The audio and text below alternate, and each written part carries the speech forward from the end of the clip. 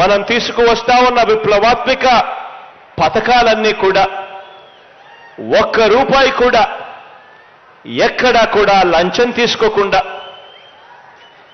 ఎక్కడా కూడా వివక్ష అనేది ఎక్కడా కూడా లేకుండా ప్రతి పేదవాడికి అందించాలన్న మీ జగనన్న ఎజెండాను త్రికరణ శుద్ధిగా అమలు చేస్తా ఉన్న మన భావి లీడర్లు ఈ రోజు నా చెల్లెమ్మలు, నా తమ్ముల రూపంలో ఈ రోజు నా దగ్గర కూర్చొని ఉన్నారు. మొట్టమొదటి రోజు నేను చెప్పా, మీరు చేస్తా ఉన్నది ఉద్యోగాలు కాదని, రాబోయే రోజుల్లో భావి లీడర్లు కాబోతా ఉన్నారు అని చెప్పా.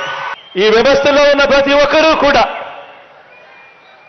ఈ వ్యవస్థలో పాలు పంచుకుంటా ఉన్న ప్రతి ఒక్కరూ కూడా నా చెల్లెమ్మలు, నా తమ్ముళ్ళు అంతా నా వాళ్ళు అని సందర్భంగా గర్వంగా తెలియజేస్తా ఉన్నాను.